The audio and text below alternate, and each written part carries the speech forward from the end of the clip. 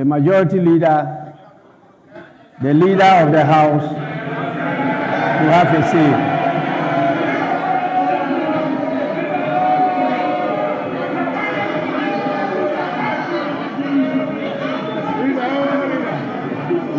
Mr. Speaker,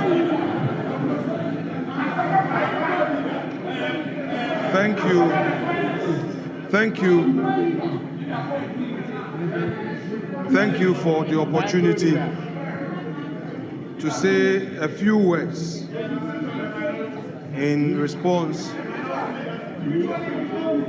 to the statement on the state of the nation delivered by His Excellency the President. Mr. Speaker, this is the man who, 1997, entered the Chamber of Parliament during the second Parliament of this Republic. He inspired the youth of this country through his advocacy. Hansa testifies of his great work in the chamber of this House. Then, as students, we sat at the gallery to observe and to take inspiration from him. Mr. Speaker, through resilience, through firmness of conviction,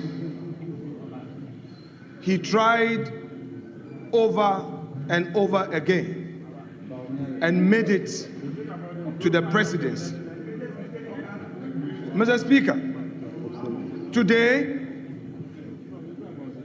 he has fulfilled a constitutional obligation to boldly deliver for Hansa his records in office for the 8 years. Mr. Speaker, it may be that for some political expedience, we may not appreciate what he has done for this country. But, Mr. Speaker, history, in its fair judgment, will state that there came an Akufo Addo, whose record in the educational sector of our country was unmatched and unequaled. Mr. Speaker, this is a man who is never afraid of challenges that confront him. Honorable members, please, silence. Let's listen to the majority leader, please. Mr. Speaker, he has given us data, which data tells us the record he came to meet and the record he's leaving us with. Mr. Speaker, the Agenda 111, a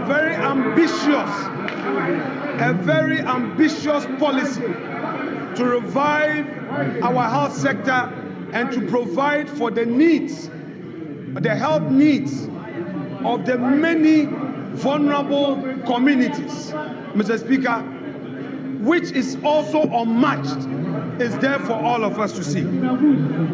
Mr. Speaker, above all, this president and his government have demonstrated that they have what it takes to keep our country safe all around us. And by virtue of my being a member of the ECOWAS Parliament, I am able to say on authority the challenges our West African neighbors face in terms of security. This country is safe and secure, and it is a haven for many West Africans who would want to invest in our country. This is a country we must be proud of. Mr. President, your country is proud of you.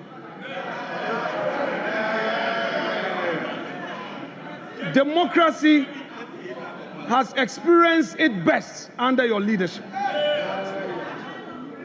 Today, we are being told that there's a new hope. That's no problem. It is supposed to be so. But soon, we will see the true colors of the umbrella. Yeah. So, Mr. Speaker, I would want to say to my colleagues that you are yet to take over. We would be watching you for the next 4 years. And if indeed you have transformed, we will see with our naked eyes.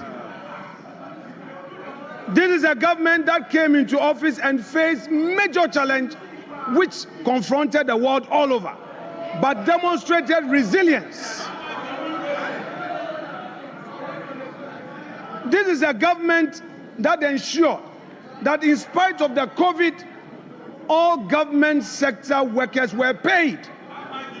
This is a government that kept the lights on. This is a government that ensured that over 5.7 million Ghanaians had access to education. And Mr. Speaker, I would want to relate to this issue of free SHS. It took the grace of God for me to complete secondary education because my mom could not afford, my stepdad could not afford. It took the grace of God. And I know there were many Ghanaians who could not afford free SHS and because could not afford secondary education and had to stay at home. We know in our communities. Today, all those who could not get free SHS benefited from it when Akufo Addo assumed office. Mr. Speaker, TVET was also implemented for those who are placed at the lowest ebb of fortune's wheel to also get advantage of getting technical education. This is it.